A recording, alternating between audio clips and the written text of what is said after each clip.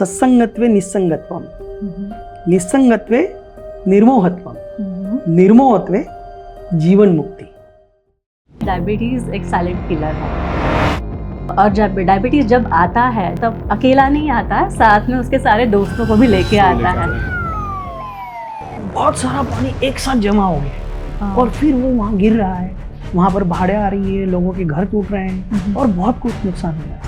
इसी तरह से डायबिटीज़ धीरे धीरे वो बादल है जिसके अंदर बहुत सारा पानी जमा है और जब वो बादल फटता है तब हमें हार्ट अटैक आ रहा है, स्ट्रोक्स हो रहे हैं, किसी की आंखें जा रही है, किसी की किडनी खराब है। सिंपल सी चीज़ है, आज अपन बैंक से लोन लेते हैं तो उनका ईएमआई तो हमें भरना ही पड़ेगा जी। अगर हम ईएमआई नहीं भरते हैं तो बैंक कभी ना कभी तो कुर्की करेगा। इसी तरह का डायबिटीज़ का भी इफेक्ट है। डायबिटीज़ का कॉम्प्लिकेशन 3 जगह पे आपको मारता है, एक फिजिकल लेवल पे, दूसरा मेंटल लेवल पे और तीसरा है फाइनेंशियल लेवल पे। डायबिटीज़ जब कॉम्प्लिकेशन की तरफ बढ़ता है तो सबसे पहला ऑर्गन जो अफेक्ट होता है वो कौन सा है? यूजुअली ऐसा कहा जाता है नर्व्स के ऊपर वो सबसे पहले अफेक्ट करता है। कि एक बार डायबिटीज़ कॉम्प्लिकेशन में चला गया, हमें कॉम्प्लिकेशन नहीं होने देने हैं, क्या ये पॉसिबल है? सो अर्ली डिटेक्शन और अर्ली अवेयरनेस लेना और प्रिवेंट करना, यही मुझे लगता है कॉम्प्लिकेशन से बचने का सबसे आसान तरीका है।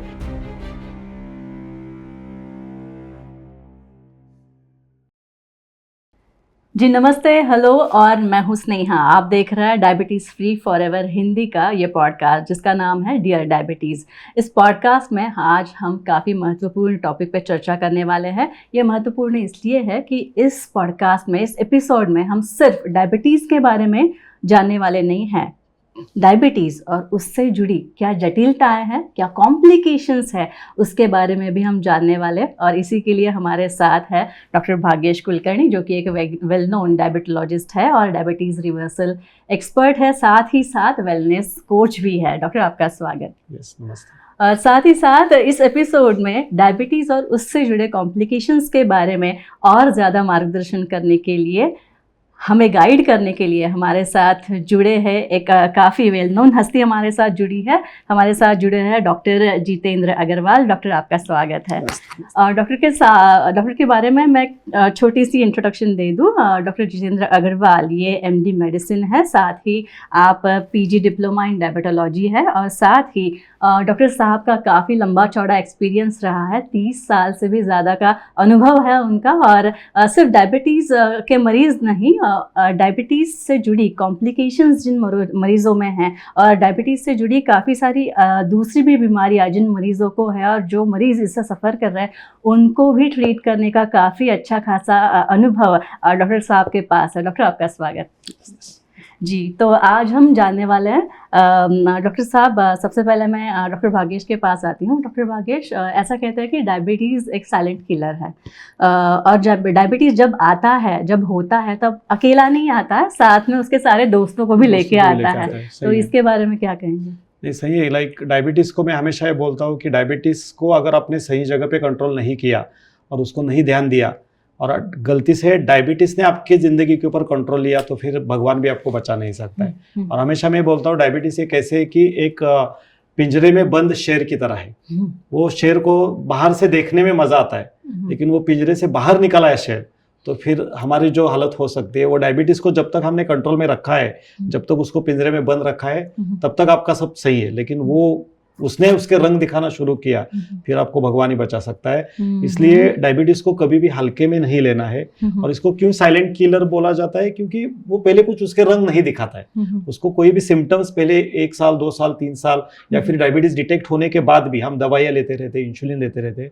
और जब डायबिटीज़ के वजह से कोई ना कोई कॉम्प्लिकेशन दिखता है तो वो जो डायबिटीज़ का बंदा है उसकी ज़िंदगी खराब नहीं होती है, उसके साथ जो भी उसके फैमिली में है वो भी सफ़र होने शुरू कर देते हैं। तो मैं हमेशा ये बोलता हूँ कि डायबिटीज़ का ठीक करने का सही टाइम कब है, डायबिटीज़ को कंट्रोल करने का या फिर उसको रिवर्स करने का, जब डायबिटीज़ आपको परेशान नहीं कर रहा है। और डॉक्टर साहब हम इसमें बताएंगे कि एक बार डायबिटीज़ कॉम्प्लिकेशन में चला गया, फिर वो एक के पीछे एक वो सीरीज ऑफ इवेंट शुरू हो जाते हैं। डॉक्टर जितेंद्र आपके पास आती हूँ।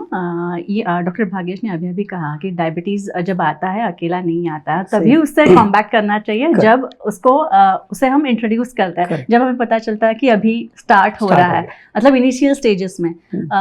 तो क्या डायबिटीज़ और उससे जुड़ी कॉम्प्लिकेशंस, क्या ये सच में इतनी चिंता करने लायक बात है? जी बिल्कुल।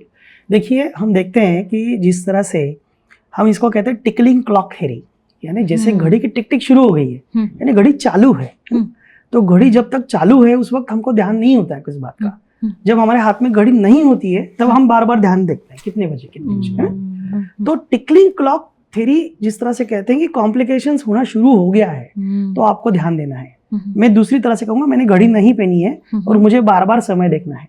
जैसे हम अभी देख रहे हैं कि बारिश हो रही है सभी जगह और यहाँ पर बादल फटने की घटनाएं हो रही है, तो बादल फटने की घटना में उसमें बहुत सारा पानी एक साथ जमा हो गया है और फिर वो वहां गिर रहा है, वहां पर बाढ़ें आ रही है, लोगों के घर टूट रहे हैं और बहुत कुछ नुकसान हो रहा है। इसी तरह से डायबिटीज धीरे धीरे वो बादल है जिसके अंदर बहुत सारा पानी जमा हो गया और जब वो बादल फटता है तब हमें हार्ट अटैक आ रहा है, स्ट्रोक्स हो रहे हैं, किसी की आंखें जा रही है, किसी की किडनी खराब हो रही है। तो बादल में पानी जमा होने तक कोई राह नहीं देखनी है, उसी के पहले हमको उसके ऊपर एक्शन लेना है, इसीलिए उसको साइलेंट किलर कहा जाता है। जी जी जी। डॉक्टर साहब, अगर बात करें डायबिटीज़ जब होता है, जाहिर है स्टार्टिंग में पेशेंट का यही एटीट्यूड होता है कि कुछ शक्कर ही तो बढ़ी है, शुगर ही तो बढ़ी है, ठीक हो जाएगी, कुछ मेडिकेशन से हो जाएगा। लेकिन जब ये हो जाएगा एटीट्यूड, ये वाला जो एटीट्यूड है वो आगे चल के कॉम्प्लिकेशंस की तरफ बढ़ता है, तो सबसे पहला असर क्या होता है? प्रेजेंटेशंस जिसको हम कहते हैं कि डे टू डे प्रैक्टिस में प्रेजेंटेशंस क्या होते हैं। डायबिटीज किसी लोगों में असिम्प्टोमेटिक, किसी तरह के कोई लक्षण नहीं दिख रहे हैं। कोई लोग बैंक में काम करने वाले हैं, रूटीन टेस्ट करी, उसमें दिख रहा है कि डायबिटीज आ गई। किसी लोग को ऑपरेशन करना है तो ऑपरेशन के टाइम टेस्ट किया है, उस वक्त देखा है। जैसे अभी हाल ही में कोरोना हो गया, तो कोरोना के वक्त बहुत लोगों को डायबिटीज हुआ कोविड की वजह से। हमारी इंसुलिन जो पेशी है बीटा सेल्स, उसका नुकसान हुआ, पर वो सब रिकवर भी हुए। काफी कुछ भाग्य सर के साथ काफी लोग उससे जुड़े हुए हैं, काफी रिकवर हो गए। तो कहने का मतलब क्या है कि असिम्प्टोमेटिक प्रेजेंटेशन हमको फंसाने वाला है, दोगला एक तरह से। लेकिन जो ये एटीट्यूड है कि नहीं हो जाएगा, करेंगे, देखेंगे, सिंपल सी चीज है। आज हम बैंक से लोन लेते हैं तो उनका ईएमआई तो हमें भरना ही पड़ेगा जी। अगर हम ईएमआई नहीं भरते हैं तो बैंक कभी ना कभी तो कुर्की करेगी। इसी तरह का डायबिटीज का भी इफेक्ट है। अगर हम उसको समय पे नहीं ट्रीट करते हैं तो वो कुर्की करने कोई ना कोई ऑर्गन ले जाएगा। तो इसलिए पहले दिन से उसके ऊपर ध्यान देना जरूरी है। जी जी। डॉक्टर भाग्येश, डायबिटीज़ जब कॉम्प्लिकेशन की तरफ बढ़ता है तो सबसे पहला ऑर्गन जो अफेक्ट होता है वो कौन सा है?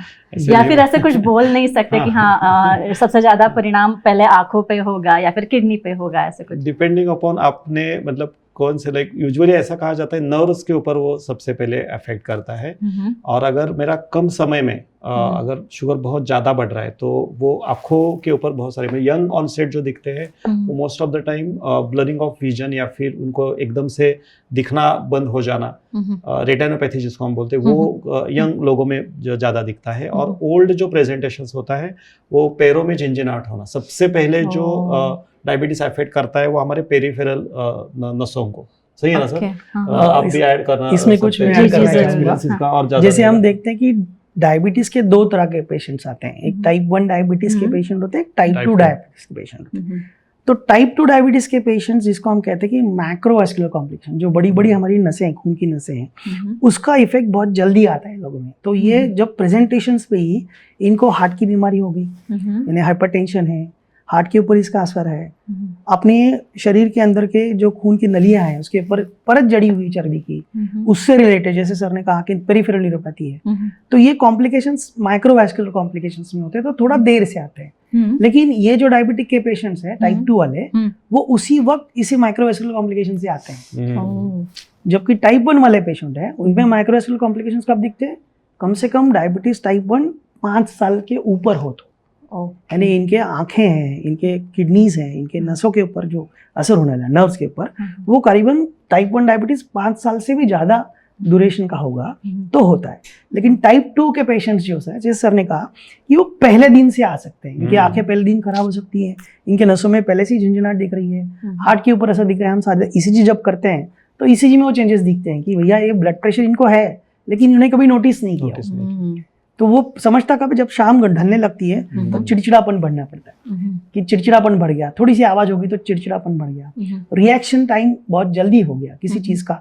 तो ये पहला लक्षण है कि ये आदमी शांत नहीं है, इनका ब्लड प्रेशर बढ़ रहा है, इनकी नींद डिस्टर्ब हो रही है, ये ब्लड प्रेशर, ये डायबिटीज के लक्षण है जो पेशेंट को नहीं समझते। एज अ डॉक्टर हम इसको इवेलुएट करते हैं, बाहर निकालते हैं और जल्दी से जल्दी इसको ट्रीट करने की कोशिश करते हैं। अच्छा, तो जल्दी से जल्दी जो है, तो सबसे आदमी कब डरता है, उसके पाँव में अगर दर्द करेगा या चीटियां होगी तो वो कुछ नहीं ध्यान देगा, लेकिन उसके छाती में दुखेगा तो सबसे पहले डॉक्टर के पास भागता है। सर मेरे को चेस्ट में हो रहा है, सर मेरे को चक्कर आ रही है। इसके लिए वो हार्ट को बहुत संभालता है। इसीलिए हार्ट की बीमारियां पहले मालूम पड़ती है। इसलिए हम जब इंसिडेंस या प्रिवेलेंस कहते हैं तो उसमें दिखता है ये 10 लोगों में से 6 लोगों को डायबिटीज से हार्ट डिजीज हो गया है, पर ये जो इंसिडेंसेस है वो छुपे हुए रहते हैं, वो दिखते नहीं। ठीक है, तो सभी चीजों के ऊपर ध्यान देना जरूरी है।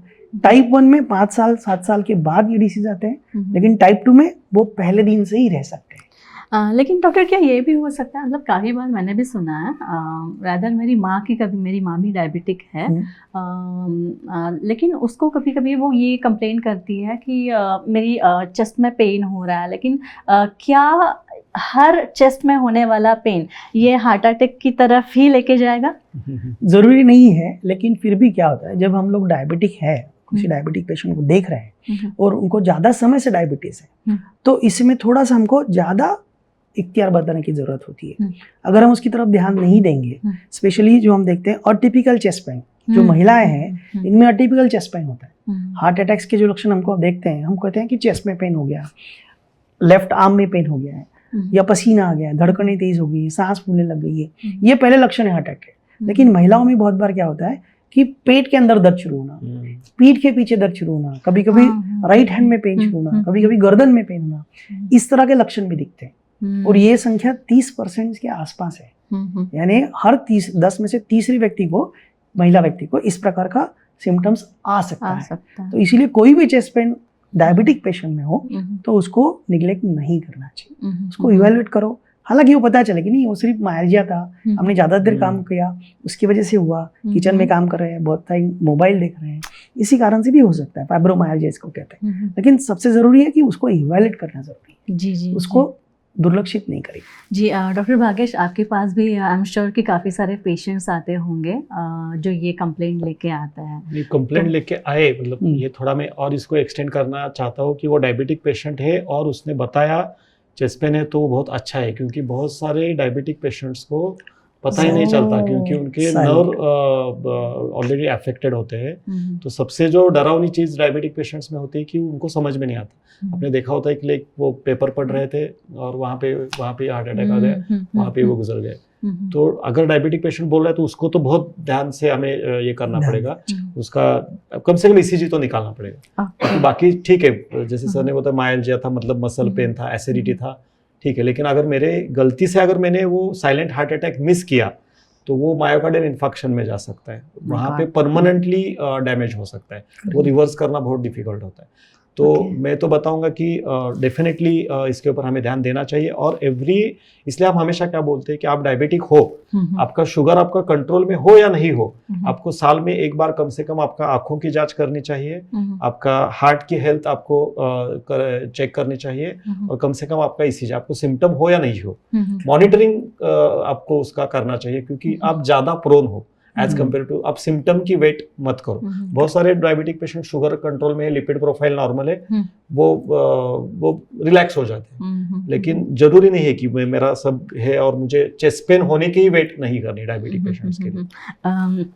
अब आँखों की जुड़ी जो कॉम्प्लिकेशंस है उस पर आता है सर। आँखों, आपने कहा कि डायबिटिक रेटिनोपैथी तक ये सब जाता है, कभी कभार ऑपरेशन तक ये सब जाता है। तो ये आँखों के बारे में हम देखा जाए तो कैसे कॉम्प्लिकेशंस होना स्टार्ट होता है, शुगर का बढ़ना और कॉम्प्लिकेशंस आना कैसे स्टार्ट होता है? वैसे देखा जाए तो डायबिटीज में आँख का इन्वॉल्वमेंट 20 साल की उम्र में शुरू हो जाता है। 20 साल से लेकर 74-75 साल तक के लोगों को आंखों की अच्छा। कॉम्प्लिकेशंस बहुत बढ़ती है। देखिए ये ओह। चीजें लोगों को मालूम नहीं है। हाँ जैसे सर ने शुरू में बताया कि धुंधलापन, हाँ हम जब देखते हैं, हमने क्या किया है, कैटरेक्ट की सर्जरी करी, मोती बिंदिया जिसको कहा जाता है, या एक तरह का लेंस है, उसको हमने रिप्लेस कर दिया लेंस से। जी जी। नेचुरली क्या होता है, जब शुगर बढ़ती है तो ये लेंस के अंदर पानी खींचा जाता है, और पानी खींचने की वजह से लेंस की जो टोटल विड्थ है वो बढ़ती है, ठीक है, और जिसकी वजह से वो फूल जाता है, सोलन हो जाता है, जिसके से धुंधलापन आता है। बहुत सारे हमारे पेशेंट जब कहते हैं कि मुझे अभी थोड़ा कम दिखाई दे रहा है या मुझे धुंधलापन आ रहा है, ये पहला लक्षण है कि इसकी ब्लड शुगर बढ़ रही है, तो उनका ब्लड शुगर चेक कराओ और ट्रीट करो, ठीक है। सिर्फ रेटिनोपैथी नहीं होती है, तो इसमें कैटरेक्ट होना, ग्लूकोमा होना, मैक्युलोपैथी जिसको कहते हैं, यानी हमारा सेंट्रल बिंदु है, रेटिना जो पर्दा है जिसको दृष्टि पटल कहते हैं, उसके पीछे एक सेंटर में एक बिंदु दिया हुआ है, वो बिंदु हमें दिखाता है कि क्या इमेज है, वो दिमाग की तरफ वो इमेज लेके जाता है। इसकी सूजन आना, वहां का खून पहुंचने की जो क्षमता है वो कम होना, वहां पर नई सेल्स, नई पेशियां तैयार होना, जिससे वो बिंदु जो है पूरा ढक जाता है, इसको कहते हैं मैक्युलोपैथी। इससे पूरी दृष्टि चली जाती है। अच्छा। जनरली कैटरेक्ट से दृष्टि नहीं जाती है, लेंस रिप्लेस कर दिया, दृष्टि वापस आ गई। ओके। अगर हमने ग्लूकोमा देखा तो उसके लिए क्या होता है, ग्लूकोमा से हम जब दवाइयां देते हैं तो ग्लूकोमा का प्रेशर कम होता है, लेकिन ग्लूकोमा क्यों होता है, तो खून की नई नई पेशियां तैयार होती है, नियोवैस्कुलराइजेशन कहते हैं इसको। तो ये नया जो सेल्स बन रहे हैं, नई पेशियां बन रही है, नई एक खून की नलियां बन रही है, इसको रोकने का काम जब हम रिवर्सल में जाते हैं, जब हम उसको स्ट्रिक्ट कंट्रोल करते हैं, तब वो कम होता है। तो आई कॉम्प्लिकेशंस बहुत कॉमन है 20 साल से लेकर 75 साल तक। अच्छा। लेकिन जो टाइप 1 डायबिटिक पेशेंट्स हैं, इनमें हमको 10-15 साल में दिखने लगता है। अच्छा। और जब आई कॉम्प्लिकेशंस हो रहा है तो इसका मतलब इनकी किडनी पर भी दोष हो रहा है।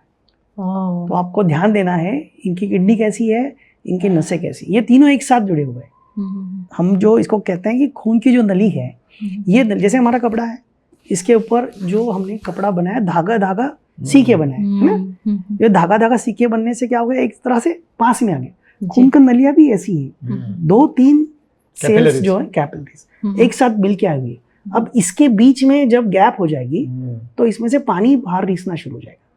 अब शुगर जब ज्यादा होगी, देखिए मैं हमेशा कहता हूँ कि जब पानी बह रहा है तो पानी की एक स्पीड है, यही पानी अगर शुगर कंटेंट बढ़ने के बाद क्या होगा, विस्कस बन जाएगा, जेल बन जाएगा, तो इसकी स्पीड स्लो हो जाएगी।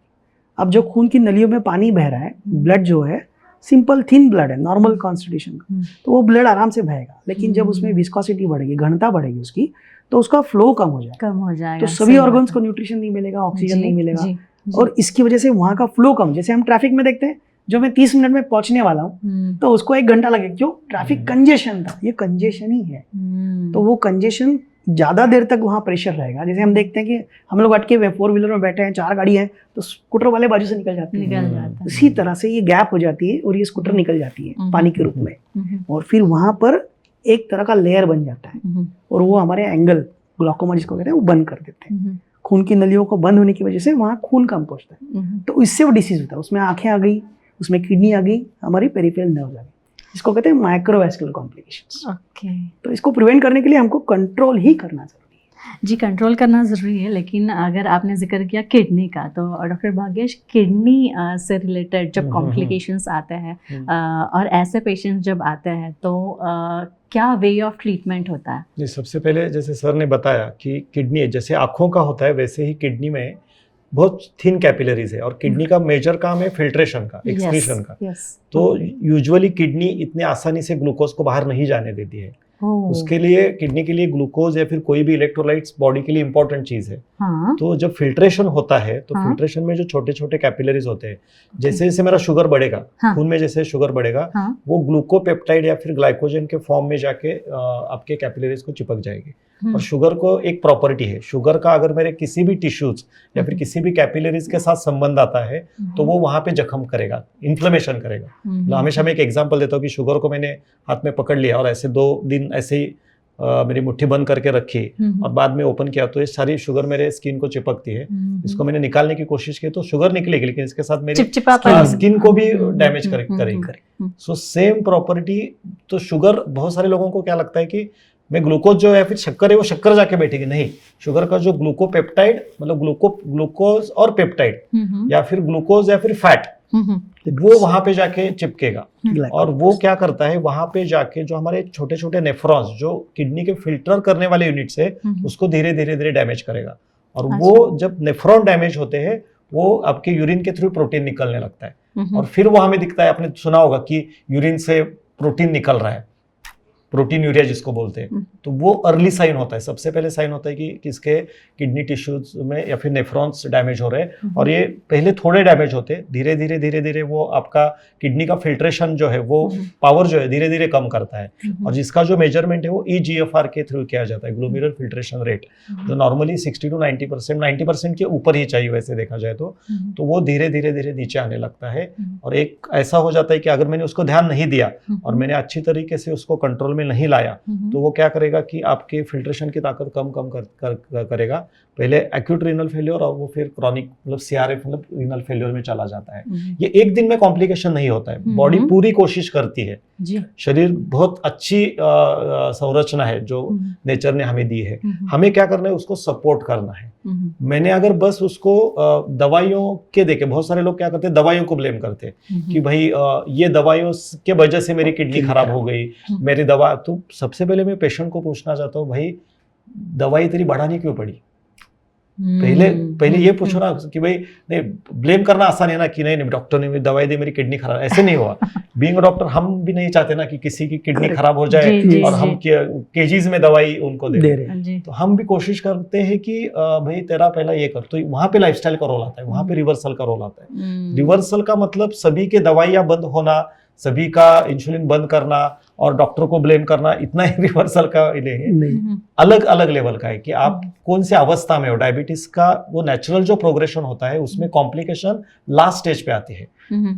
अनफॉर्चुनेटली कि किसी को अगर पहले स्टेज में वो दिखाई दिया, लेकिन डायबिटीज का हम नेचुरल प्रोग्रेशन देखते हो तो आपका सब पहले अच्छा चल रहा है, नॉर्मोग्लाइसेमिया था, फिर आप प्री डायबिटीज में चले गए, फिर आपको असिम्प्टोमेटिक डायबिटीज हुआ, फिर आप कॉम्प्लिकेटेड डायबिटीज में चले गए। तो आप अगर माइक्रोवेस्कुलर कॉम्प्लिकेशन तक पहुंच गए हो तो उसको आगे ना लेके जाना और उसको कंट्रोल में रख के धीरे धीरे धीरे मेरा ऑर्गन को बचाना, ये भी रिवर्सल ही है। ये पेशेंट को समझना और बीइंग डॉक्टर हमें समझाना बहुत जरूरी है। तो वहां पे आपके लाइफस्टाइल का रोल आता है, वहां पे आपके अच्छे खान पान की आदत है, क्योंकि ऑलरेडी मेरे शरीर में चिपचिपापन बढ़ा है ऑलरेडी मेरे, तो वहां पे अगर मैं अच्छी तरीके से मेरे कार्बोहाइड्रेट मैनेज करता हूँ, मेरे खुद के ऊपर मैं कंट्रोल रखता हूँ, मेरे खान पान में मैं सुधार करता हूँ, तो उसका कॉम्प्लीमेंट्री या फिर सप्लीमेंट्री इफेक्ट आपको मिलेगा। बस मैंने दवाइयों के ऊपर मैं शुगर कंट्रोल कर रहा हूँ, लेकिन मैंने मेरे कार्बोहाइड्रेट को मैनेज नहीं किया है, मेरे स्लीप पैटर्न को नहीं मैनेज किया, मेरे स्ट्रेस को नहीं मैनेज किया है, तो और ज्यादा एग्रीवेट करेगा। तो मुझे ऐसा लगता है कि कोई भी ऑर्गन डैमेज हो गया तो इमीडिएटली ऐसे नहीं है कि भाई चलो सब खत्म ही हो गया, और ऐसे भी नहीं है कि मैं बस उसको दवाइयों के ऊपर ही मैनेज करूंगा, छोड़ दूंगा। सो माइक्रोवेस्कुलर, क्योंकि ब्लड वेसल तो सारी जगह पे है, और एक जो समस्या सबसे ज्यादा है, जो अभी तो हम बात जो कर रहे हैं वो आंखों की समस्या के बारे में, किडनी, बहुत सारे यंगस्टर्स में देखता हूँ माइक्रोवेस्कुलर या फिर पेरिफेरल न्यूरोपैथी की वजह से सेक्सुअल वीकनेस हो जाता है। अभी आप सोचो कि यंग कोई लड़का है, या फिर ये लड़कियों में भी दिखता है, ऐसे नहीं कि भाई लड़कों में ही दिखना चाहिए, 27, 28, 30 एज और उसका डायबिटीज है और उसका सेक्सुअल वीकनेस है, उसका प्रॉब्लम है बता भी नहीं पाता कि भाई ये प्रॉब्लम है। कितने सारे मतलब रिलेशनशिप्स में प्रॉब्लम्स हमने इसमें देखे हैं, इरेक्टाइल डिस्फंक्शन से लेके प्रीमैच्योर इजैकुलेशन तक होता है। अच्छी तरह से उनका मतलब जो सेक्सुअल हेल्थ है या फिर जो इंटीमेसी है वो भी कहीं ना कहीं तो डायबिटीज की वजह से अफेक्ट होती है। वो पूरा सोशल प्रेशर रहता है अलग से, और ये रहता है, ये ऐसी चीज हो गई कि मैं मतलब बताना चाहता हूँ, मुझे समस्या है लेकिन मैं किसी को बता नहीं पाता, और इसके वजह से ये सारा जो साइकोलॉजिकल जो स्ट्रेस है वो भी अलग तरीके का कॉम्प्लिकेशन है, वो भी अलग तरीके का स्ट्रेस है। जी डॉक्टर यहाँ पर मैं कुछ कहना चाहूँगा कि ये जो अभी डॉक्टर साहब ने बोला कि सेक्सुअल एक्टिविटी के बारे में, तो हमारे समाज में अभी भी एक तरह का डायलेमा है, स्टिग्मा है कि महिला ही इस बारे में खुलकर बात नहीं कर पाते। अगर वो बोलती हैं तो उसकी तरफ देखने का नजरिया बदल जाता है। और ये बहुत ज्यादा इंसिडेंट्स अपने यहाँ डायबिटीज की वजह से है, ठीक है। तो इसको कहते हैं एटोनॉमिक न्यूरोपैथी, यानी जैसे हम कहते हैं पाँव के नसों में हमने देखा, उसी तरह से ये जो हमारी चेता संस्था है, वो चेता संस्था को कंट्रोल करने वाली सिस्टम भी अफेक्ट होती है। तो हम निर्णय नहीं ले पाते, ये करें वो करें, चंचल रहते हैं, या ब्लड प्रेशर बढ़ना, ब्लड प्रेशर कम होना, ये चीजें घड़ी घड़ी में घटती हैं।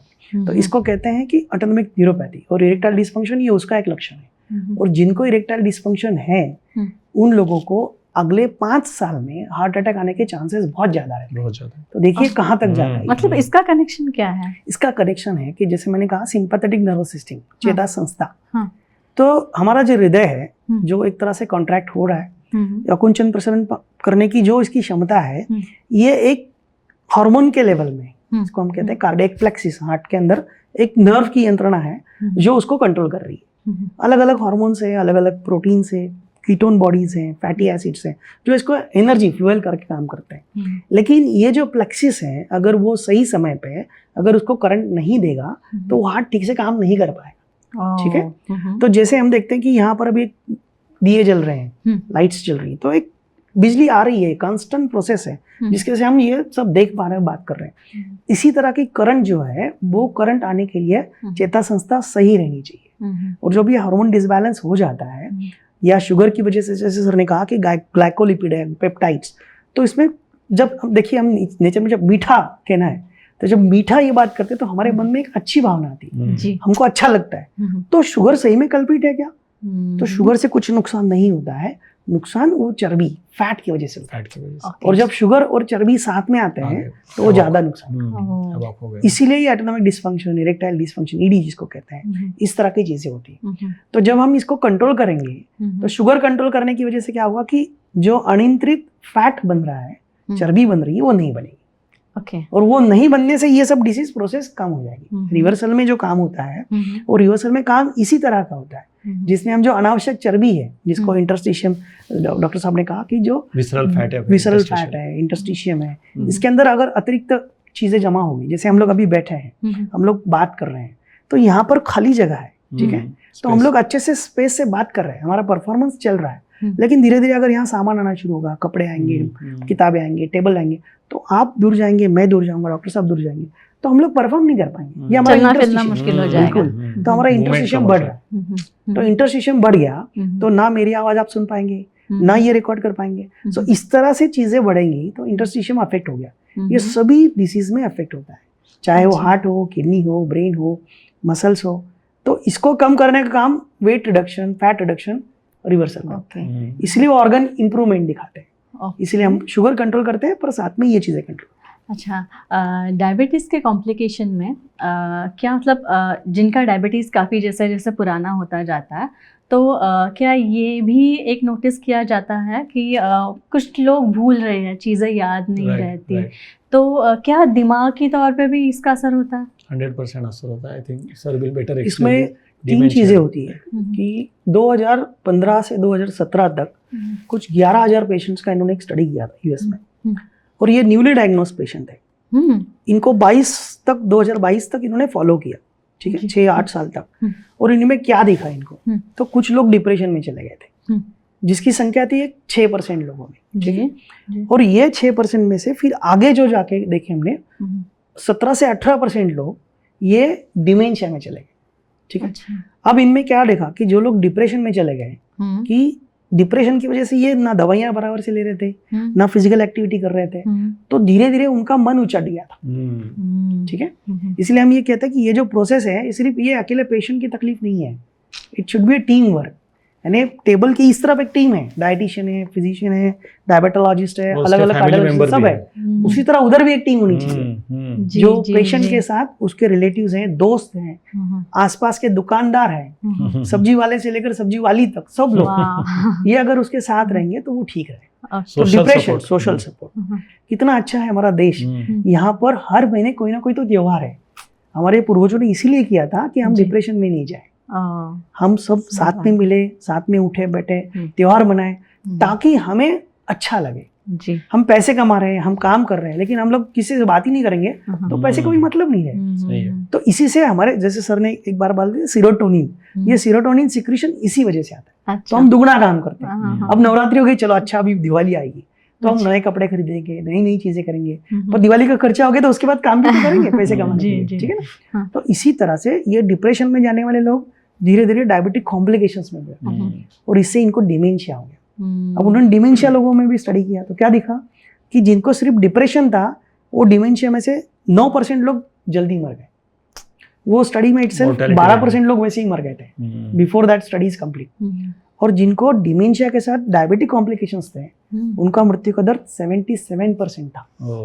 यानी 100 में से 77% लोग मर गए, मृत्यु को प्राप्त हुए। तो कहने का मतलब क्या है कि डिमेंशिया क्यों होता है? तो हम लोग अपने आप को सीमित करते हैं, बंद कर लेते हैं अपने आप को। हम क्या करते हैं, हमेशा खुला रहो, खुली किताब की तरह रहो, दिल खोल दो, डॉक्टर कहते हैं हमेशा। करेक्ट, दिल खोल दो, सही बात है। तो जितना हम लोगों से मिलेंगे, जुलेंगे, बात करेंगे, अपनी समस्याओं के बारे में बात करेंगे, उसके सॉल्यूशंस के बारे में बात करोगे, तो उससे हम अच्छा बन सकेंगे। हम लोग बोलेंगे अभी मेरी समस्या है, कोई हल नहीं कर सकता, तो वो आदमी धीरे धीरे डिप्रेशन में चला जाएगा। और अगर हम दिमाग का यूज नहीं करते हैं, जैसे हम बोलते हैं कि हम मानव 2% भी दिमाग यूज नहीं कर रहा है, जो 100% कैपेसिटी, आइंस्टाइन ने भी 4% ठीक है ना। तो अगर हम उसको यूज करेंगे तो हमको कोई बीमारी नहीं होगी। तो डिमेंशिया को दूर करने के लिए सिर्फ यही दवाई है कि उसको इन्वॉल्व करो। अभी पिताजी क्या करेंगे, वो तो बूढ़े हो गए, है ना। अगर वो बूढ़े हो गए तो कोई नहीं, शंकराचार्य ने वार्ता को अपनी जब जर्जर देह हो जाता है तब उसको कोई नहीं पूछता। शीने वित्ते कह परिवार, पैसे खत्म हो गए परिवार नहीं रहता है। जैसे उबर बढ़ जाती तो कोई नहीं पूछता। ऐसा नहीं करना चाहिए। हमारे जो बड़े बूढ़े हैं वो हमारी एक्चुअली एक तरह की फिक्स डिपॉजिट है, उनका अनुभव है, उनकी बहुत सारी चीजें हैं जो हमें बार बार वो बताते हैं, तो उनका हमें उपयोग करना चाहिए, उनकी तरफ हमको ध्यान देना चाहिए। जी जी, how beautiful explained. Doctor Bhagyesh, एक आपको पूछना चाहती हूँ, यूजुअली क्या होता है जो डायबिटिक पेशेंट्स होते हैं और जो कॉम्प्लिकेशन लेके ऑलरेडी आते हैं, तो पहले से ही उनको मतलब ये वो रिकॉग्नाइज नहीं कर पाते कि ऑलरेडी हम कॉम्प्लिकेशंस की तरफ जा चुके हैं। तो ऐसे में या फिर ऐसे पेशेंट्स को संभालना कितना कठिन हो बैठता है एज अ डॉक्टर? नहीं, उसके लिए उसके जैसे सर ने बताया फैमिली को भी इन्वॉल्व करना और उसका क्या कॉन्सिक्वेंसेस है ये बताना बहुत जरूरी है। और कभी कभी वो दिखाना भी पड़ता है। तो इसलिए हम हमेशा क्या बोलते हैं कि कोई भी डायबिटिक पेशेंट आते हैं तो उसको सही तरीके से असेस करो।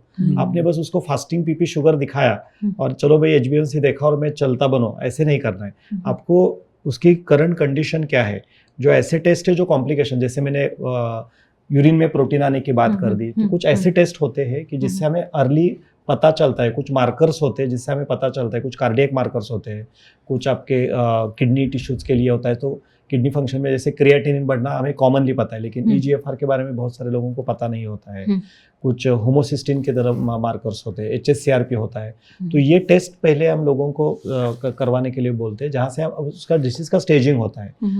बहुत सारे लोगों को ये दिखाने के बाद कुछ लोगों को हमें एक्चुअली पिक्चर्स भी दिखाने पड़ते हैं कि भाई तेरा नहीं होगा तो ये गैंग्रीन की तरह बीमारी हो सकती है। तो थोड़ा उनको उसके कॉन्सिक्वेंसेस के बारे में बताया जाता है तो वो अवेयर हो जाते हैं। और इतना ही सफिशिएंट नहीं होता है, उसको ये भी बताना जरूरी होता है कि भाई तेरा बस फिजिकल लेवल पे एक्सप्लॉयटेशन नहीं होगा, तुझे आगे जाके तेरा मेंटल लेवल पे भी एक्सप्लॉयटेशन होगा। और सबसे जो गंदी बात डायबिटिक पेशेंट्स में होती है वो है डिपेंडेबिलिटी। गलती से भी कोई कॉम्प्लिकेशन तुझे हो गया, अगर ब्लाइंडनेस आता है या फिर गैंग्रीन से पैर कटता है या फिर तुझे डायलिसिस करना है, तो तेरी अकेले की जिंदगी खराब नहीं हो रही है, तेरे पूरे फैमिली को तू सफर कर रहा है। और डायबिटीज का कॉम्प्लिकेशन या डायबिटीज इमीडिएटली आपको मारता नहीं है। मैं हमेशा क्या बोलता हूँ, डायबिटीज आपको सुख और चैन से जीने नहीं देगा। वो आपका हर दे वो आपका वो बोलते ना, जैसे लोहा गंजता जाता है, वैसे हमारा एक एक बॉडी का पार्ट में वो गंज चढ़ना शुरू हो जाता है और वो परेशानी आपके दिन ब दिन बढ़ती है।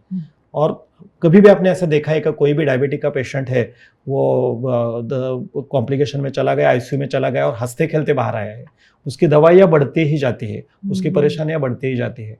और वो एक तरीके से फाइनेंशियल भी एक्सप्लॉयटेशन है। मतलब डायबिटीज का कॉम्प्लिकेशन 3 जगह पे आपको मारता है, एक फिजिकल लेवल पे, दूसरा मेंटल लेवल पे और तीसरा है फाइनेंशियल लेवल पे। तो ये सबसे डरावनी चीज होती है डायबिटीज की। तो मैं तो हमेशा ये कहता हूँ कि जब भी आपको कॉम्प्लिकेशंस दिखता है या करता है, वहां से ही आप शुरुआत करो, वहां से ही लाइफस्टाइल में बदलाव करो और कोशिश करो ये एक्सप्लॉयटेशन जितना कम कर सकते हो उतना कम करो।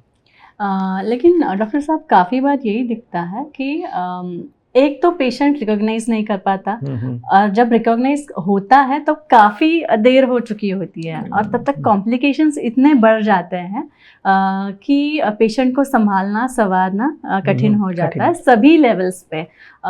तो ऐसे कुछ कॉम्प्लिकेटेड केसेस आपसे हम जानना चाहेंगे। काफ़ी होते हैं ऐसे केसेस। देखिए, जैसे शुरू में बताया था साइलेंट हार्ट अटैक्स, तो बहुत बार पेशेंट को पता ही नहीं होता कि मुझे हार्ट अटैक आ गया, ठीक है, लेकिन लक्षण सब दिखते हैं। हम्म, मैं हमेशा कहता हूँ कि नेचर हमें कभी नहीं फंसाता, हम्म। वो नेचर हमें हमेशा बताता है, देख तेरा ये जल रहा है, ध्यान रख। मतलब शरीर संकेत देता है। साइंस संकेत देता है। तो हम उसको पिकअप नहीं करते। मैं अगर तीसरा आदमी, थर्ड पर्सन करके देखता हूँ, तो मैं हमेशा ये जांच करने की कोशिश करता हूँ कि इसमें वो चेंजेस हो रहे हैं कि नहीं हो रहे। डॉक्टर का काम, चिकित्सक का यही काम है कि भैया ये चेंजेस पकड़ो और उसको ट्रीट करो, ठीक है। तो इस तरह के कॉम्प्लिकेशंस दिखते हैं, साइलेंट हार्ट अटैक हैं। जैसे कि आप देखें पेरिफेरल न्यूरोपैथी, ये जो डिसीज हम कहते हैं कि नसों की ताकत कम हुई है, ये नसों की ताकत में से 50% लोगों में डायबिटीज में ये पता ही नहीं होता है न्यूरोपैथी हो गई। जब हम उनके लक्षण देखते हैं, क्लिनिकली चेक करते हैं, तब पता चलता है कि इनको ऑलरेडी न्यूरोपैथी है। कभी कभी ये गिर गए, तो गिरने के बाद पता चलता है कि न्यूरोपैथी हो गई थी, ठीक है। तो ये लक्षण बहुत बार बढ़ते हैं और उसके बाद पेशेंट हमारे पास आते हैं। तो कॉम्प्लिकेशंस प्रिवेंट करने का सही रास्ता जो है, तो हमेशा जैसे सर ने कहा अवेयरनेस, कि अवेयरनेस रखो, काउंसलिंग रखो और साल में एक बार टेस्ट करते रहो। जी। ईसीजी है, स्ट्रेस टेस्ट है, जो हार्ट के लिए वो करो, जैसे यूरिनरी क्रिएटिनिन रेशो है, एल्ब्यूमिन रेशो है, ये देखो।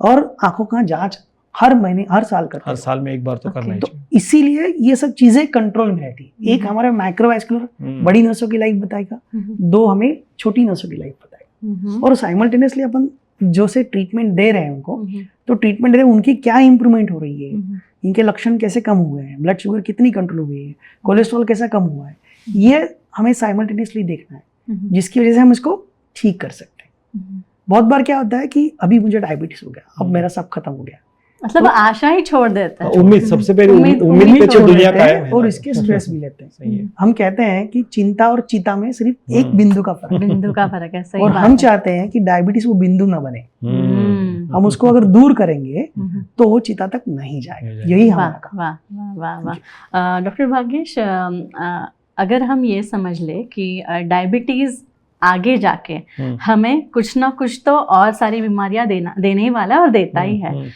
लेकिन अगर हमें इस सब से बचना है, मतलब थोड़ा हम अभी प्रिकॉशनरी मेजर या फिर प्रिवेंशन की तरफ जाएंगे, हमें कॉम्प्लिकेशन नहीं होने देने हैं, क्या ये पॉसिबल है? 100% पॉसिबल है। आपको मतलब जैसे अभी सर ने भी बताया, और मैं हमेशा बताता हूँ, एजुकेशन और अवेयरनेस दोनों का काम है। पेशेंट को भी बीमारी को समझना जरूरी है कि मुझे क्या बीमारी है, मुझे क्या तकलीफ है, और you have to think beyond blood sugar and HbA1c।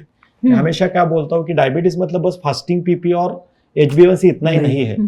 आपका दिनचर्या कैसे है, आपका खान पान कैसे है, रोज जब आप नहाते हो तो आपके खुद के पैर तो देख सकते हो कि नहीं देख सकते हो, आपको कुछ तो डिफरेंस आ रहा है। ये सबसे पहले वैद्य को तो या फिर डॉक्टर को तो बाद में पता चलेगा, लेकिन आपको तो पता चलता ही है, कुछ ना कुछ तो आपको साइंस आती है कि ये सही नहीं हो रहा है, कुछ तो ठीक नहीं चल रहा है। तो जब दिखता है तो उसको निग्लेक्ट मत करो। हम इग्नोर करते हैं, हम क्या करते हैं कि जब तक वो बोलते हैं ना गले तक पानी नहीं आता है तब तक हम आगे नहीं बढ़ते, तो डायबिटीज में वो नहीं चलेगा। आप वहां पे जाके ठीक है आपने टेस्ट किया और नॉर्मल है, चलेगा, लेकिन अगर हमने अर्ली डिटेक्शन और अर्ली अवेयरनेस लेना और प्रिवेंट करना, यही मुझे लगता है कॉम्प्लिकेशन से बचने का सबसे आसान तरीका है। आप कॉम्प्लिकेशन नहीं जा सकते, और अगर गलती से आपको कॉम्प्लिकेशन हो भी गया कोई, तो आपको उम्मीद नहीं हारनी है कि ऐसे नहीं कि चलो मेरा अभी खत्म ही हो गया सब। तो थोड़ा उसके ऊपर ट्राई करते रहना है और उसको कंट्रोल में लाने की कोशिश करनी है। चलो भाई मेरा अभी एक ऑर्गन खराब हो गया, अभी तो वैसे ही मेरी जिंदगी खराब होने वाली है। कुछ ऐसे भी लोग हमने देखे हैं कि नहीं अभी कुछ नहीं होने, वैसे भी मरने वाला हो, तो चलो ऐसे नहीं होता है कि भाई चलो भाई मेरा अभी किडनी पे अफेक्ट हो गया, ये हो गया, तो फिर भी मैं मीठा खाते जाता हूँ, फिर भी मैं ये करता हूँ। उनका तो बहुत खराब हालत होता है। तो सर ने जैसे बताया कि वो पेशेंट बोलता है कि डेथ आसान है, लेकिन वो कॉम्प्लिकेशन जो है ना मुश्किल है डायबिटीज के कॉम्प्लिकेशन के साथ। सो बिल्कुल उम्मीद पे नहीं ये करना है, आपका माइंडसेट बनाना है कि मैं कोशिश करता रहूंगा, मुझे मेरा ऑर्गन है उसको मैं बचाऊंगा।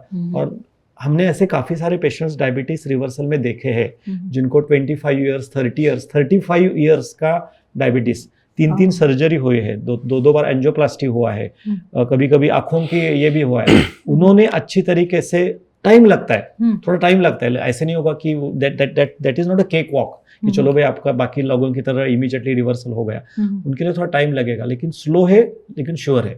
आप स्लोली अगर उसके ऊपर काम करोगे, थोड़ा धैर्य रखोगे, थोड़ा अच्छी तरीके से 1 साल 2 साल करोगे, तो हमने देखा है कि लोगों के एज के बाद कुछ लोगों ने at the age of 60, at the age of 65, ऐसे भी लोग हैं एट द एज ऑफ 79 उन्होंने उनका डायबिटीज रिवर्सल किया है, कॉम्प्लिकेशन से भी वो बाहर निकल गए हैं।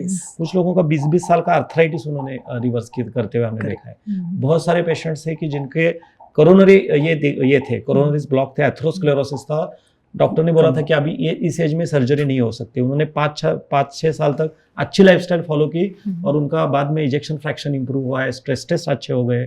कुछ लोगों को आंखों की रोशनी चले जाने के कगार पे थे, वो उनके आई साइट्स भी उसमें इंप्रूव हो गए। कुछ डॉक्टर का, और सबसे मतलब जो सबसे मेरे इसमें जो केस मुझे दिखने को मिला, लिवर सिरोसिस, ये बोला जाता है कि बहुत कभी नहीं रिवर्स होता, वो बढ़ता ही जाता है। वी हैव फ्यू पेशेंट्स की जिनके लिवर सिरोसिस में ये लाइफस्टाइल की, डायबिटीज तो उनका ठीक हुआ ही, लेकिन जो लिवर सिरोसिस है, फिर ग्रेड 3 फैटी लिवर तक गए हुए पेशेंट्स है, उनका भी ये रिवर्सल हमने इसमें देखा है। तो ऐसा कुछ नहीं है कि चलो भाई पहले तो होने मत दो, उसका रूल है अवेयरनेस, और अगर हो गया है तो धैर्य रखना है, उसके ऊपर काम करते रहना है, और उससे भी आप बाहर निकल सकते हैं। जी पेशेंट का बहुत बार क्या होता है कि बहुत सारे पेशेंट कहते हैं डॉक्टर साहब मेरा इजेक्शन फ्रैक्शन 20% है। बीच में हमारे पास एक प्रोफेसर साहब थे, 70 साल के प्रोफेसर साहब थे, और उन्होंने कहा कि मेरा इजेक्शन फ्रैक्शन 15% ही है, 15% आप इतना देने के बाद क्या बढ़ने वाला है। बोला ठीक है डॉक्टर साहब, ठीक है प्रोफेसर साहब, बंद कर दो, मुझे कुछ फर्क नहीं पड़ रहा है, कह रहे बंद कर दो। मतलब कर दो, बस देख लेते हैं क्या होता है, लेकिन आसपास हॉस्पिटल है ना, ये देखो, और फिर बंद कर दो। तो इन्होंने सही में बंद कर दिया। तीसरे दिन सुबह सुबह फोन आया कि मुझे बहुत ब्रेथलेस हो रहा है। तो बोला आप हॉस्पिटल में पहुंच जाओ, दवाइयाँ लो, ठीक हो जाओगे। अब देखिए, जब लोग, बहुत सारे पेशेंट्स का कहना क्या होता है कि देखिए अब तो मेरे को सब ठीक लग रहा है, मेरा ब्लड प्रेशर कंट्रोल है, तो गोलियां क्यों दे रहे, बंद कर दो। जी देखिए मैंने चश्मा लगाया हुआ है पढ़ने के लिए, राइट, मुझे अच्छा दिख रहा है, तो मैं चश्मा निकाल के पढ़ सकता हूँ? जी नहीं। तो चश्मा मेरे लिए एक एड है जिसकी वजह से मैं देख पा रहा हूँ। तो ये दवाइयाँ हमको ठीक रखने के लिए है, इसको और खराब करने के लिए नहीं है। अगर मैंने चश्मा यूज नहीं किया तो धीरे धीरे मेरी दृष्टि और कम होती जाएगी, नंबर बढ़ते जाएगा। सिमिलरली ये चेंजेस हैं, तो ये हमको समझाना होगा। अगर हम ये समझा नहीं पा रहे हैं तो इसमें दोष पेशेंट का नहीं है, दोष हमारा एज ए डॉक्टर पैटर्निटी कि हम उनको समझा नहीं पा रहे। तो हमको खुद काउंसलिंग सीखना चाहिए या हमारी एबिलिटीज बढ़ानी चाहिए। जी डॉक्टर जितेंद्र, और एक सवाल, बहुत मुश्किल होता है किसी पेशेंट को, स्पेशली डायबिटिक पेशेंट को या फिर किसी भी पेशेंट को जो कॉम्प्लिकेशन के तरफ ऑलरेडी बढ़ चुका है, जिसके शरीर में काफ़ी सारे कॉम्प्लिकेशंस तैयार हो चुके हैं, निर्माण हो चुके हैं, तो ऐसे पेशेंट्स में धीरज बंधाना जो परम कर्तव्य होता है किसी भी डॉक्टर का, तो वो और सबसे मुश्किल भी होता है। पेशेंस उसमें डेवलप तो पेशेंस डेवलप करना काफी मुश्किल होता है। तो ये कैसे करना, या फिर आपको कभी ये चैलेंजिंग लगा? बहुत बार चैलेंज होता है। हमारे पास इसी तरह के पेशेंट आते हैं। बीइंग कंसल्टेंट क्या होता है कि रूटीन पेशेंट्स जनरली बहुत कम आते हैं, कॉम्प्लिकेशंस के ही लोग आते हैं। होता क्या है कि हम पहले तो उसका व्यवसाय पूछते हैं बात करते करते, ठीक है। तो जैसे कोई आदमी है कि जो दुकान पे बैठ रहा है, व्यापारी है, रोज के उसके पास ग्राहक आ रहा है, कोई ग्राहक हाँ कितने का है, 2 रुपए का है, तो 2 रुपए में ले लेगा। कोई बोले 2 रुपया मुझे नहीं चाहिए, 1.5 रुपए में दो, 100 रुपये, उसमें काफी समय लगाएगा पर लेके जाएगा, 2 रुपए में ही लेके जाएगा। तो ये जब आदमी उसको समझा रहा है कि भैया 2 रुपए में क्यों है, ऐसा ही मेरा काम है कि उसको 2 रुपए की चीज समझाना है। कोई बैंक ऑफिस में काम कर रहा है, बैंक में काम कर रहा है, ये कैशियर है, तो कभी कभी उसके पास से पैसे ज्यादा भी जाते हैं, कभी कभी कम भी जाते हैं। जब हिसाब करेगा तो उसमें भी कभी कभी आ सकती है, या उसका जो मैनेजर बॉस है वो उसके ऊपर बिना वजह चिल्लाएगा, यार तूने इतने कम समय में या ज्यादा समय लेकर कम लोगों को निकाला है, क्लाइंट्स को। तो ये सब चीजें तुमको जैसे संभालनी है, वैसे एज अ डॉक्टर हमको ये संभालना है। काउंसलिंग जो पार्ट होता है, तो सबसे पहले डॉक्टर साहब के सर के ऊपर बर्फ होना चाहिए जो ही वो उसे आदमी को समझा सके, ठीक है। तो जो पेशेंट आ रहा है तो उसको धीरज बंधाना है कि आपको एक कॉम्प्लिकेशंस हो गए हैं, लेकिन इसका मतलब नहीं कि आपकी जिंदगी खत्म हो गई है। आपको इसको कंट्रोल कर सकते हो, इसके लिए चीजें हैं। जैसे चीजें तो जैसे मैंने अभी बताया कि 15% लोग हैं, 17% लोग हैं, इस तरह के अलग अलग पिक्चर्स हैं, इसके एविडेंसेस हैं, ट्रायल्स हैं, स्टडीज हैं, तो वो हम उनको दिखाते हैं कि भैया इतने देखो, आप ये 17% में नहीं हो, आप 83%। लोग क्या दिखाते हैं, 17% लोग मर गए, अरे पर 83% जी दे ना, तो वो जिए हुए पेशेंट के बारे में बताओ, ठीक है ना। तो उस तरह से उनको पॉजिटिव दिखाना है। जितना हम उसको पॉजिटिव दिखाएंगे तो उतनी उनको खुशी होती है। जब यहाँ से जब बाहर जाएंगे, बहुत बार क्या होता है कि ये बहुत कॉमन सिचुएशन है सिचुएशन है। कि क्या ये खाना बनाती है, ये रोटी ढंग से नहीं बनाती, ये सब्जी ढंग से नहीं बनाती, मैं कैसे डॉक्टर साहब खाऊंगा। तो हम उनको क्या कहते हैं, आज का रात का खाना बन गया है, नहीं अभी जाके बनाऊंगी। महिला जो स्त्री है वो कहती है, तो मतलब आप मत बनाओ, क्यों, आज ये बनाएंगे। तो पता चलेगा कि वो सब्जी बनाने में कितने कष्ट होते हैं, जी जी, वो रोटी सही बनाने बात। में क्या क्या पापड़ बेलने पड़ते हैं। सही है। जब आपको पता चलेगा उसमें कितने कष्ट होते हैं, मतलब तो जब तक खुद पे नहीं आता है हाँ। तब तक तब वो समझता है कि इसकी प्रॉब्लम क्या है, कि महिलाएं जो घर में हैं उनको सब चीजों से जूझना है, तब जाके वो खाना बना रही है। उसमें भी हमने अभी बोला कि उनकी माइंड अच्छी होनी चाहिए। इस तरह के अगर कटकटी हस्बैंड रहेंगे तो मुझे नहीं लगता कोई फूड अच्छा बनता होगा, ठीक है। तो उनको समझाना जरूरी है कि आपको शांत रहना है, आपको जो खाना दिया जाएगा वो अच्छा ही दिया जाएगा, कोशिश यही रहेगी कि आपको इसमें फायदा हो। तो समझाते वक्त जैसे मैंने कहा बर्फ रखना चाहिए, तो चाहे भले ही बहुत सारे पेशेंट्स इरिटेट होते हैं, फलाना डॉक्टर ने ऐसा कर दिया वैसा कर दिया, कोई जरूरत नहीं, कोई भी डॉक्टर नहीं चाहता कि अपने पेशेंट का बुरा हो, ठीक है। गलतियां सबसे होती हैं, गलतियां हम भी करते हैं, दूसरे भी करते हैं, सब लोग करते हैं, पर वो बेटरमेंट की तरफ होते हैं। नहीं तो कोई भी चीज जो एक बार डायग्नोस हो गया, एक बार गोली चालू हो गई, जो सालों पहले जो ड्रग है वो ड्रग आज भी नहीं है ना, आज दूसरे ड्रग आ गए, अच्छी दवाइयां आ गई। तो पहला दवाई खराब थी क्या, अच्छी थी, लेकिन उससे अच्छी हम प्रगति की ओर बेहतर जिंदगी की तरफ बढ़ते हैं। वैसे पेशेंट को हम अगर समझाते जाएंगे तो पेशेंट समझता है। कभी कभी क्या होता है कि बहुत अडमेंट लोग भी रहते हैं, तो एक दो बार कहने से नहीं कहते। हम क्या कहते हैं कि मराठी में अपने कहते हैं कोपऱ्यानी खंड, जैसे बोलते हैं। तो धीरे धीरे उसको मेल्ट करो। अपना दिल जो है ना मोम की तरह नहीं रखना है डॉक्टर को।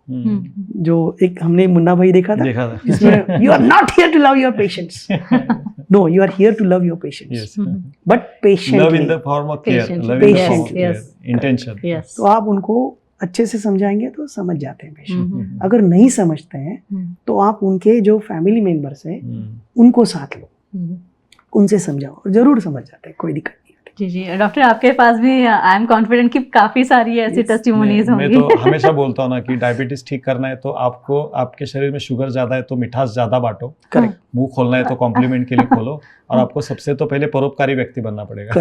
करेक्ट। सर ने तो सारा इसमें बता दिया। आप खुद जब परोपकारी व्यक्ति नहीं बनोगे, आपके जीवन में पेशेंस नहीं आएगा। जब तक पेशेंस नहीं आएगा, संयम नहीं आएगा, आपका डायबिटीज कंट्रोल में नहीं आएगा। और जब तक डायबिटीज कंट्रोल में नहीं आएगा तब तक ये तकलीफ आपके जिंदगी में आपके साथ रहेगी या बढ़ेगी ही।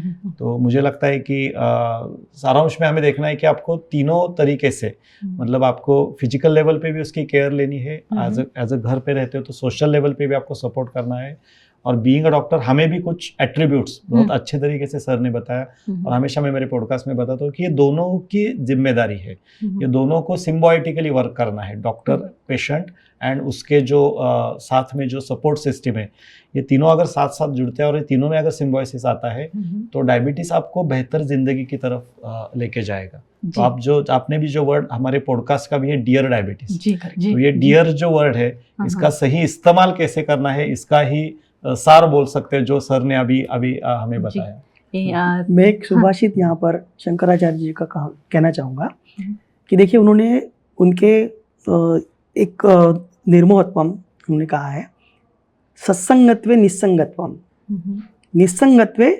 निर्मोहत्वम, निर्मोहत्वे जीवन मुक्ति। ठीक है। तो क्या होता है कि जब हम लोग सब मिलेंगे, काउंसलर है, डायबिटोलॉजिस्ट है, बागेश्वर जी से रिवर्सल वाले हैं, तो इनके सत्संगत से क्या होगा कि जो पेशेंट आया हुआ है उसको डायबिटीज की तरफ का झुकाव जो है कम हो जाएगा। yes. जब उसको अच्छा सत्संग मिल जाएगा तो शुगर की तरफ उसका जो मोह है वो कम हो जाएगा जी। और जब शुगर का मोह कम हो जाएगा तो नेचुरली उसको एक ब्लंट सिस्टम हो जाएगी कि नहीं अभी मुझे इसका कुछ मोह नहीं है, तो उससे उसको मोक्ष प्राप्ति होगी, यानी जीवन मुक्ति मिल जाएगी। यही शंकराचार्य ने कहा है ना, उसी को हमको समझना है। डायबिटीज के मुक्ति की तरफ। तो क्या हम ये कह सकते हैं स्पिरिचुअल लेवल पे भी चला गया। जी तो क्या हम ये कह सकते हैं कि डायबिटीज और उससे जुड़ी कॉम्प्लिकेशंस अगर निगलेक्ट करोगे तो आओगी, लेकिन अगर आ भी गए कॉम्प्लिकेशन तो सही मेडिकेशन और चिकित्सा से, सही माइंडसेट से और तज्ञों के मार्गदर्शन से हम ये सब रिवर्ट कर सकते हैं, स्थिति सुधार सकते हैं। और अवेयरनेस इज द की। जी अर्ली जी, डिटेक्शन इज द जी, ये भी हमें जी। इसमें समझना बहुत जरूरी है। जी, तो हमने देखा कि डायबिटीज़ को यूं ही साइलेंट किलर नहीं कहा जाता। ये जब आता है तो इसके साथ काफ़ी सारी जटिलताएं लेके आता है, लेकिन जी हाँ, ये जटिलताएं हम सुलझा सकते हैं और एक सही मायने में एक अच्छी खुशहाल ज़िंदगी की तरफ हम जा सकते हैं। और ये सब तब पॉसिबल होगा जब आप खुद भी इसके लिए इच्छुक होंगे और डॉक्टर साहब की सलाह से आप सारी जो प्रॉब्लम्स है जो आपकी वो सॉल्व करेंगे। डॉक्टर साहब ने जो कहा है वो फॉलो करेंगे, तभी ये सब ज़रूर मुमकिन होगा और आप एक अच्छी डायबिटीज़ फ्री और रिवर्सल जर्नी की तरफ ज़रूर जा सकते हैं। क्या मैंने सही कहा? Yes. बिल्कुल बिल्कुल जी, बिल्कुल जी, बिल्कुल सही। जी, तो आप दोनों का भी शुक्रिया। Yes, doctor thank you. Agarwal आपका शुक्रिया, भाग्य जी आपका भी शुक्रिया। और आपको हमारा ये एपिसोड मैं आशा करती हूँ कि ज़रूर पसंद आया होगा और आपको और कुछ क्वेरीज है या फिर आपके मन में काफ़ी सारे सवाल होंगे तो आप ज़रूर हमें कमेंट सेक्शन में लिख भेजिए। और अगर आपको और किसी टॉपिक के बारे में जानना हो, आपको किसी और विषय के बारे में भी डायबिटीज़ से जुड़ी संबंधित जानना हो तो ज़रूर हमें लिख के भेजिए। हम उन टॉपिक को हमारे आने वाले अगले पॉडकास्ट में, अगले एपिसोड्स में ज़रूर शामिल करने की कोशिश करेंगे। और ये एपिसोड, ये वीडियो लाइक शेयर सब्सक्राइब ज़रूर कीजिए, हमारा चैनल लाइक शेयर सब्सक्राइब ज़रूर कीजिए। नमस्ते।